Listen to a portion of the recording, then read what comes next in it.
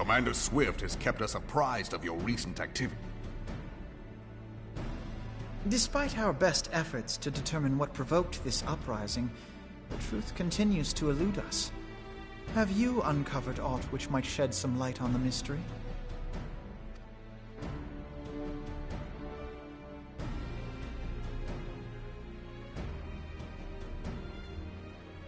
This information does not leave this room.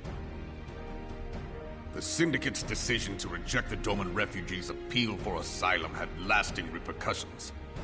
A number of those displaced by the calamity claimed it was proof of a policy of discrimination.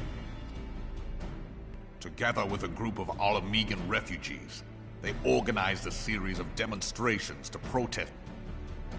Demonstrations which became heated, but did not descend into violence.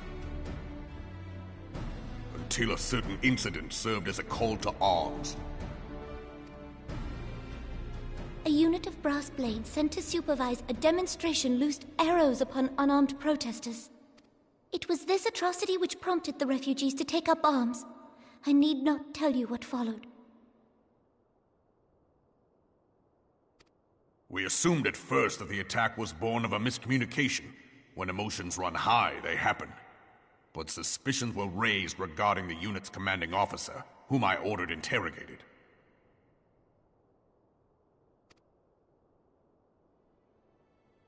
Sure enough, our fears were soon confirmed. The dog confessed that a merchant had offered him coin to give the order.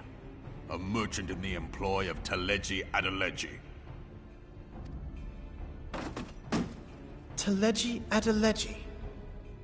But he spoke in favor of the Doman's cause, and has ever seemed sympathetic towards the refugees' plight.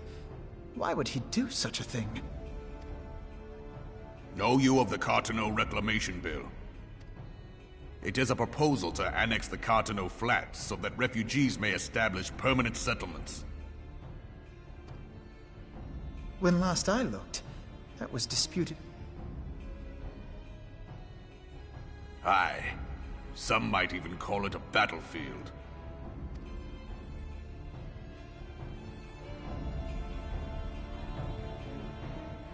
The destruction wrought by Bahamut was greatest at the Cartano Flats. That much is common knowledge.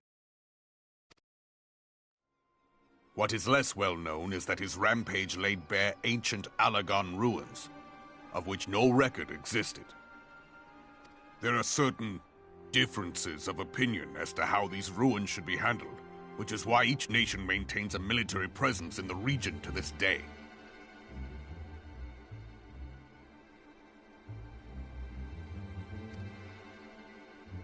Yet differ though we may, we are still allies. Therefore, in the interest of preserving the Eorzean alliance, we have reached an agreement.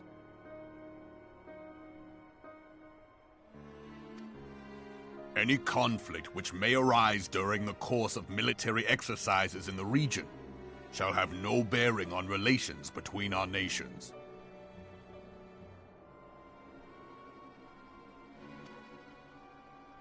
In full knowledge of this delicate state of affairs, Teleji Adeleji proposed the Cartano Reclamation Bill. A shameless bloody ruse which stands to benefit him in but one conceivable way. If successful, he will gain control over the disputed territory under the guise of assisting in the resettlement effort. And you can be sure he'll build an orphanage next to every Alagan.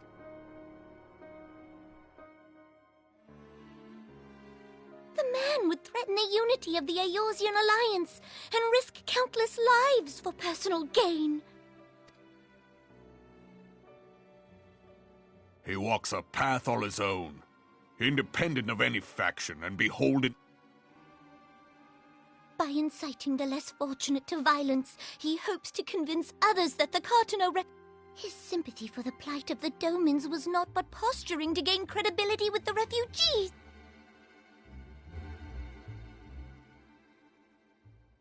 Forgive me, but what could possibly motivate Teleji Adeleji to go to such lengths? Omega. Pardon?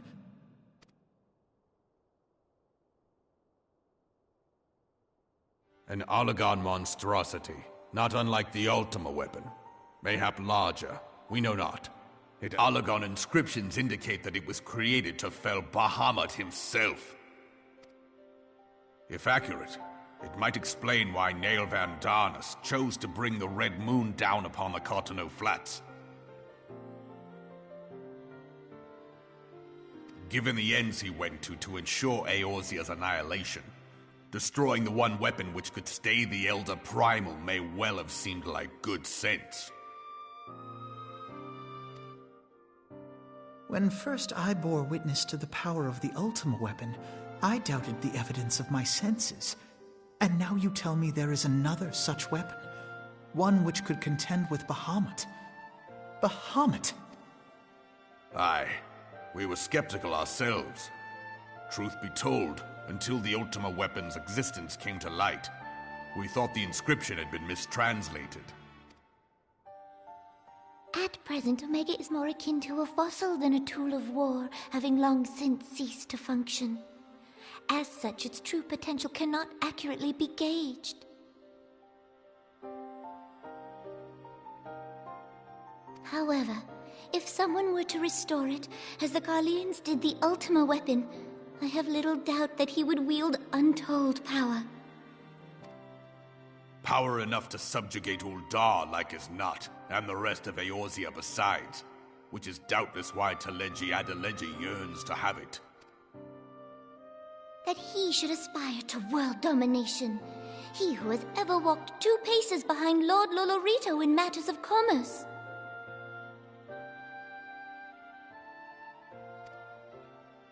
Tis in acknowledgement of his own limitations that he seeks this power. Woe betide us all should we allow him to have it.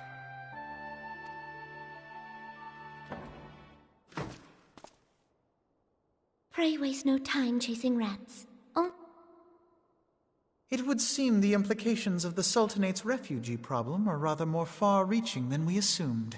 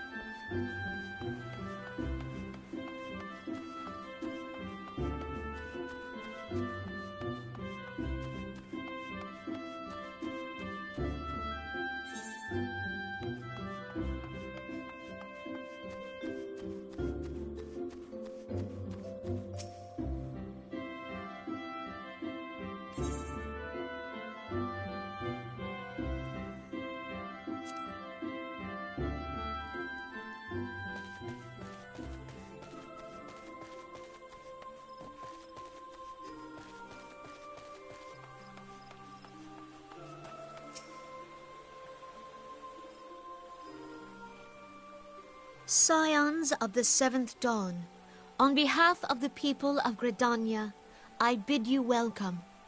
Your presence is of great comfort to us all in these days of uncertainty. I summoned you here to share tidings of a most urgent nature.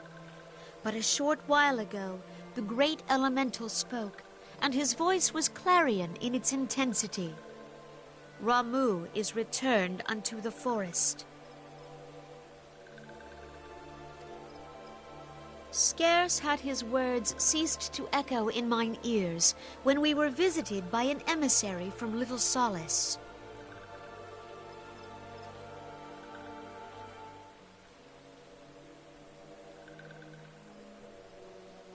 Our guest informs us that the sylphs, too, have sensed the presence of the Lord of Levin. Though his exact whereabouts remain unknown, we may safely assume that the primal was summoned within the heart of the Sylphlands. Unlike the other primals you have encountered, Lord Ramuh is no raging avatar of destruction. He is revered as much for his wisdom as his strength, serving as both arbiter and guardian to his children. Given that we and the Sylphs found a way to share the Twelves Wood, it is my hope that this sagely immortal will be amenable to reason, and that conflict may be avoided.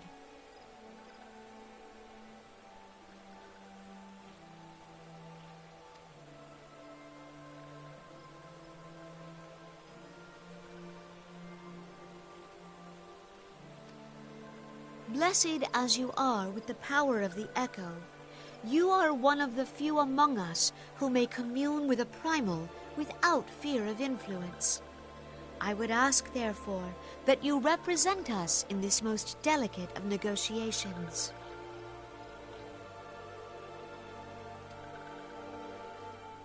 The Twelves Wood has suffered enough.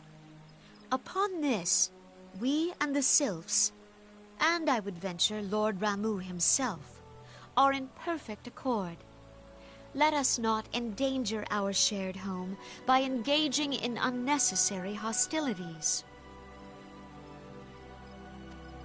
Dear friend, I beseech you, safeguard the peace which exists between our peoples.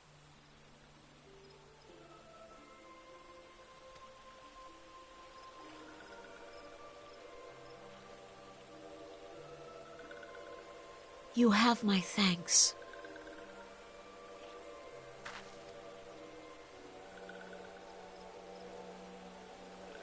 Pray make for Little Solace, then.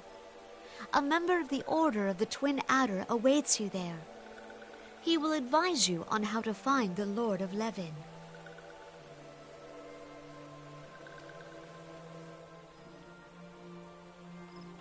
An ill wind blows through the forest.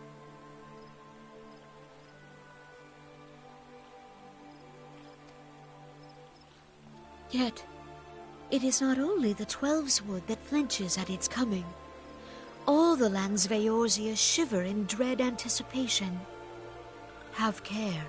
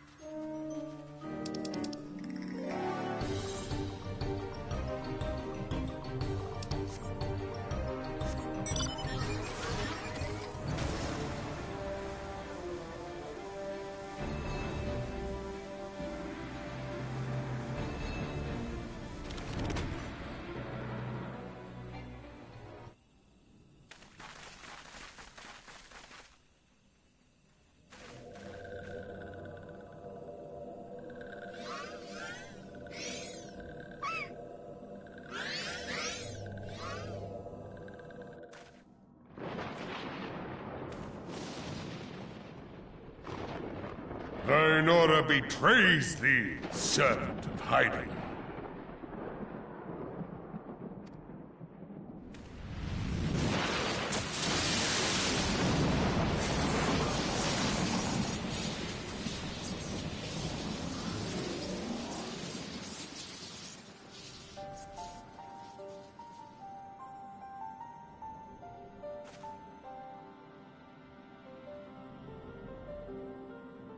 Thou art the bringer of light, bane of Ifrit, Titan, Garuda, and Leviathan. I am Ramu, guardian of the children of the forest. Thou tramplest upon sacred soil, bringer of light. By what right doth man intrude in this sanctuary of the sylphs?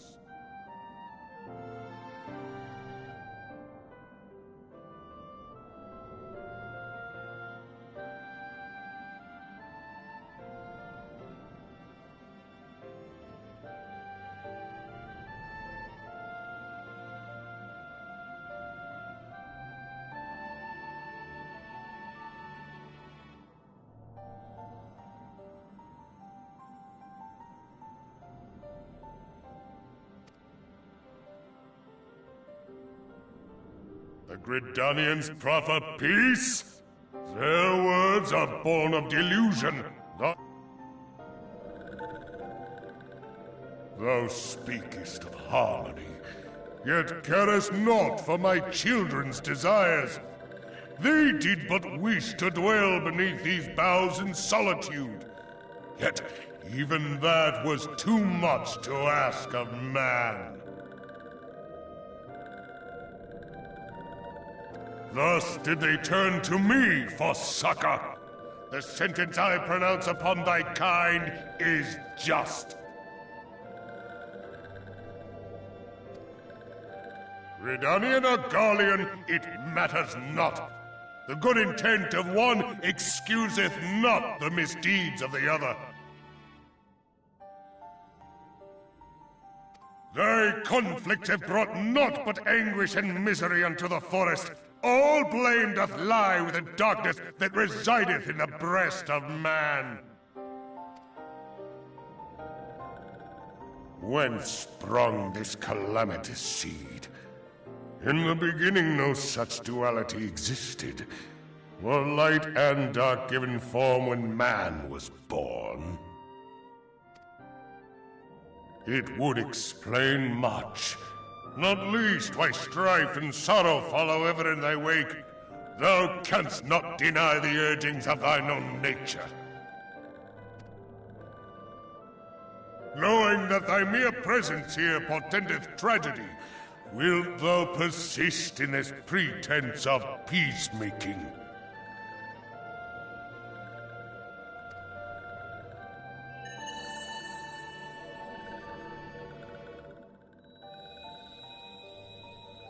Thou bearest the crystal which I bestowed upon my wayward charges, that they should entrust so precious a gift to thee. Thou standest apart from thy kin. Thou art the bringer of light, aye, but there is something more in thee. Very well. I shall consider thy proposal. Shouldst thou survive my trial. If thou wouldst champion the cause of harmony, I must have proof that thou art fit to play the role. Wither mine ire, and prove to me thereby that thou hast strength enough to stay the darkness which threateneth to consume thee. Yet if thou shouldst be found wanting, know that all men shall perish in the storm of my judgment.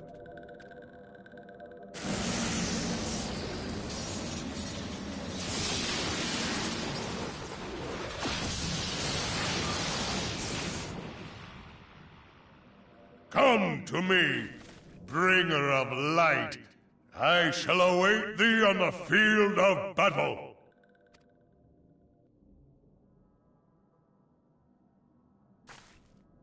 Urianger, it is rare indeed to find you so far from a tome.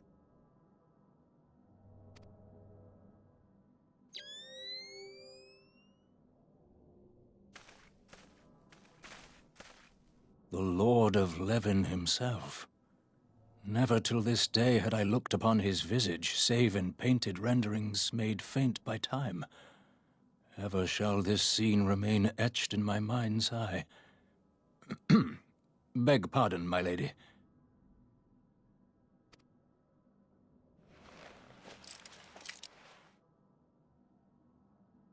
I must beg thine aid on a point of research. If thou art resolved to face Lord Ramuh, I would ask thy leave to observe the event.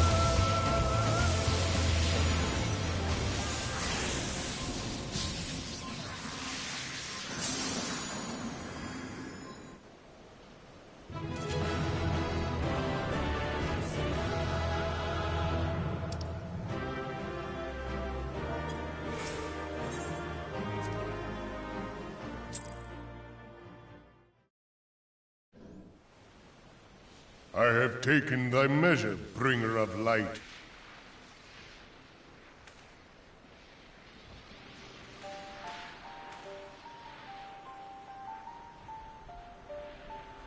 And I judge thee a worthy champion. The task of excising the sin that hath taken root in man's heart is thine. Shrink not from employing thy strength in service to the forest and the wider realm beyond. Like hungering shadows do the enemies of harmony gather, and meekness will but feed them. If man is to be delivered from the dark, it shall be by thy guiding light alone. Stray not from the path, for if thou dost, thy people shall be truly lost.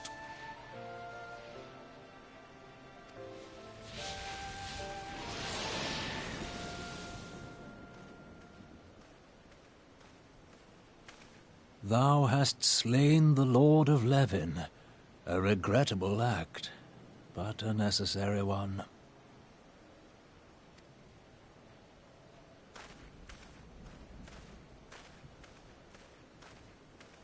In witnessing thy struggle, a truth hath been revealed unto me. If I mistake not, it may yet prove a chink in the eternal armor of the Ascians. But let us conclude our present business. I shall expound upon my findings at the Rising Stones anon.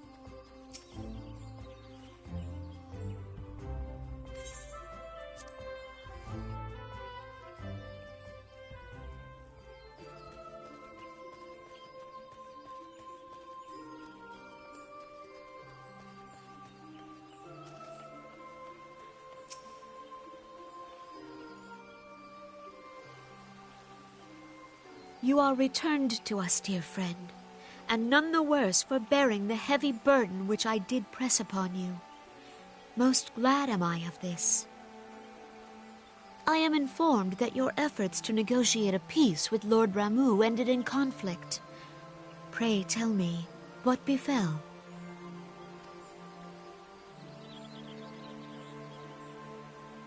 Ramu made trial of you? I fear there is truth to his claim. It is the darkness within us that attracts the darkness without.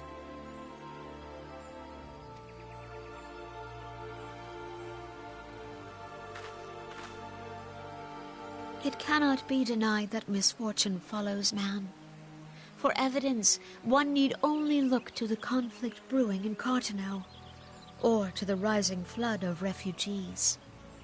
Our shared struggle against the Empire should have served to seal our union. Yet the ties which bind the Alliance strain under the weight of gross self-interest. As the scars of the calamity begin to fade, so too does our sense of common purpose.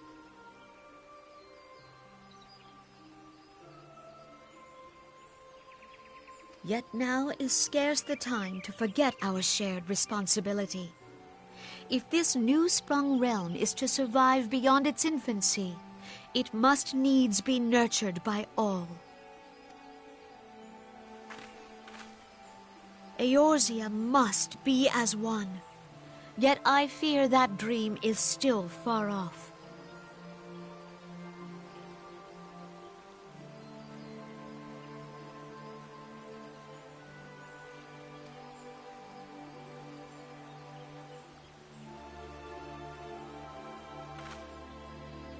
On behalf of the people of Gridania and the elementals both, I thank you for all that you and your fellow scions have done. Full oft have I been compelled to look to you for aid of late, and offered all too little in return. As leader of this nation, I shall endeavor to prove a more worthy ally to your cause henceforth.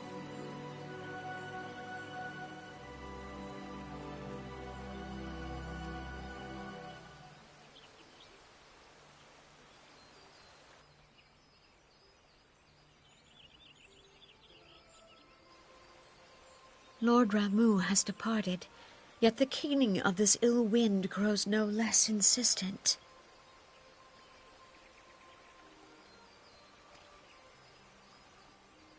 Voices of the forest, pray speak and I shall listen.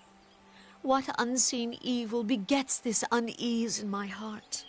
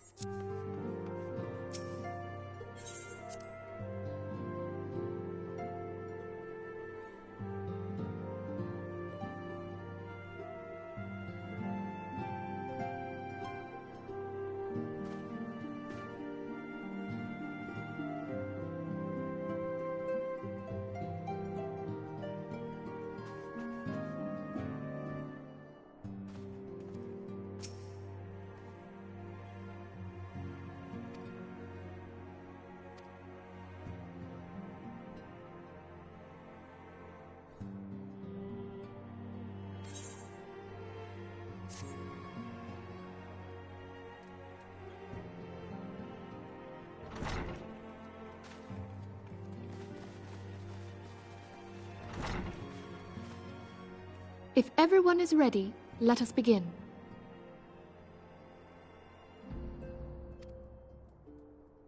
Urianger, the floor is yours.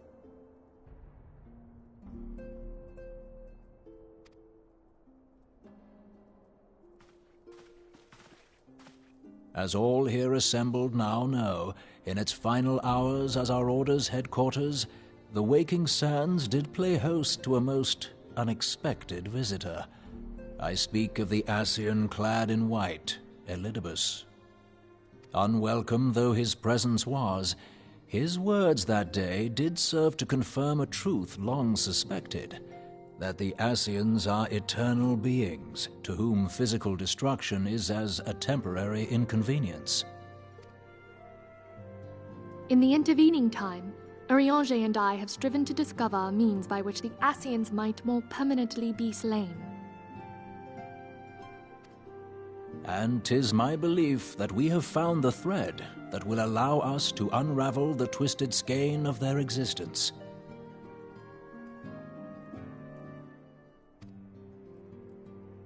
In the moments prior to Leviathan's most recent manifestation, the Sahagin elder who summoned him was observed to undergo some manner of ascension.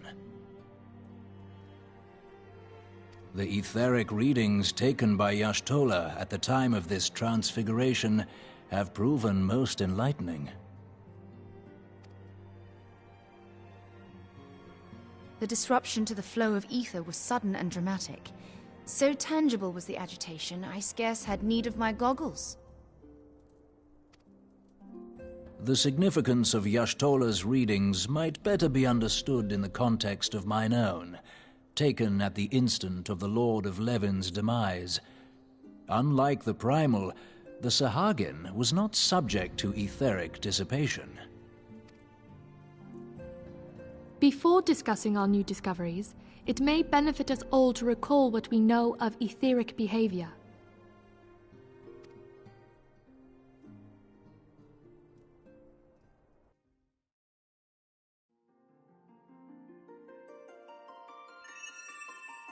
Let us begin at what some might call the end. When we who dwell in the material realm die, our spirits dissolve into the flow of ether and are returned to the ethereal realm. In turn, the restless energy which suffuses that plane streams back into our world, giving rise to new life. 'Tis as the heavens did decree, the way of all mortal souls. Twixt this world and the next do the ethereal currents swirl, bearing the very essence of life. Thus doth the cycle of birth, death, and rebirth continue unabated.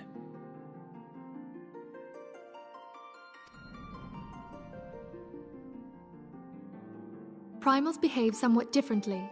In order to manifest and then maintain a physical presence in this realm, they must consume vast quantities of ether, most often in the form of crystals.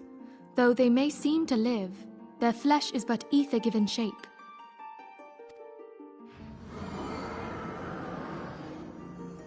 Thus, a defeated primal leaves behind no broken corpse.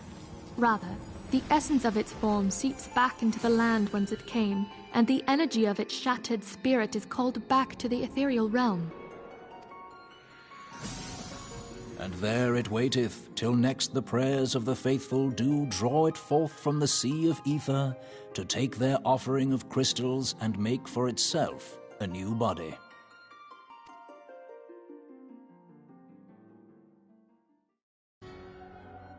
Which brings us on to the third group, the so-called immortals. They exist in a manner all their own.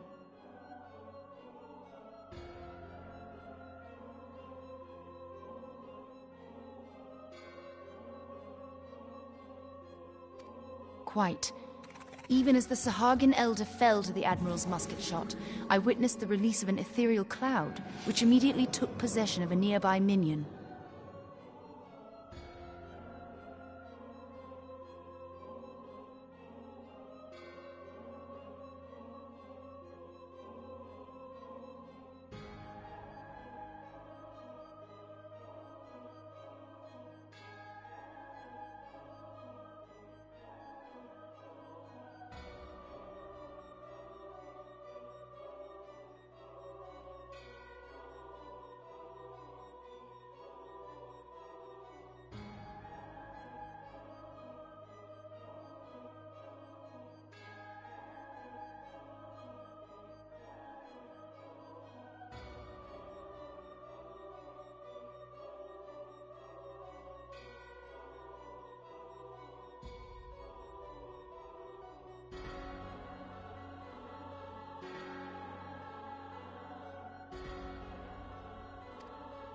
a soul that dissipateth not upon the death of the flesh. The secret of life everlasting, and in the claws of a Sahagin no less. But I wonder, what would happen to one of these obstinate spirits should there be no suitable host for it to claim? If mortal death entails a return to the ethereal realm, it seems doubtful that the soul of an immortal would venture there.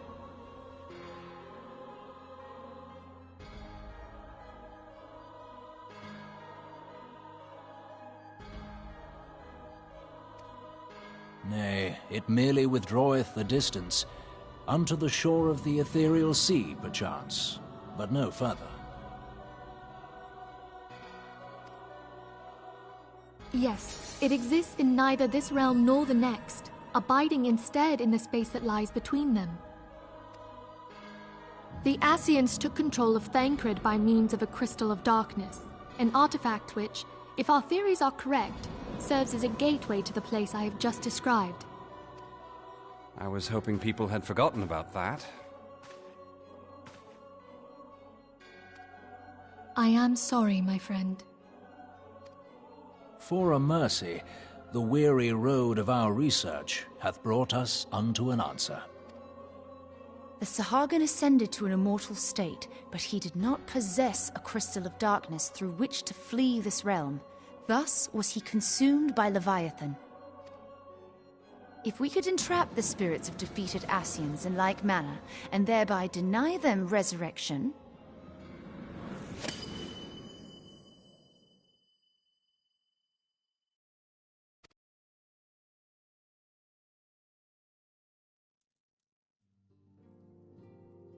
Therein lieth the path to victory.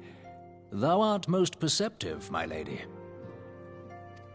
Only when we have trapped the bodiless soul within an ethereal prison can we hope to defeat its unnatural constancy. Thus might even an eternal paragon be consigned to oblivion. These feats are, of course, far easier said than done.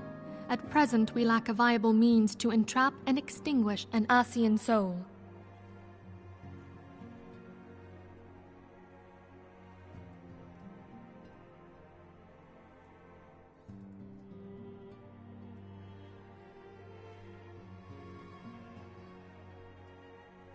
Yet, I believe it to be possible. The pieces of the puzzle lie before us. We have but to put them together.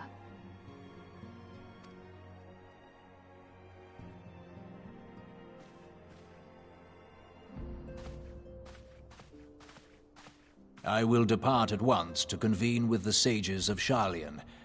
Together shall we divine the steps by which our goals may be achieved.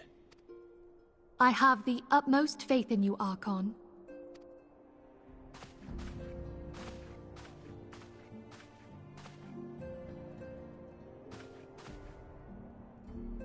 Beg pardon, antecedent, but I would raise one final matter.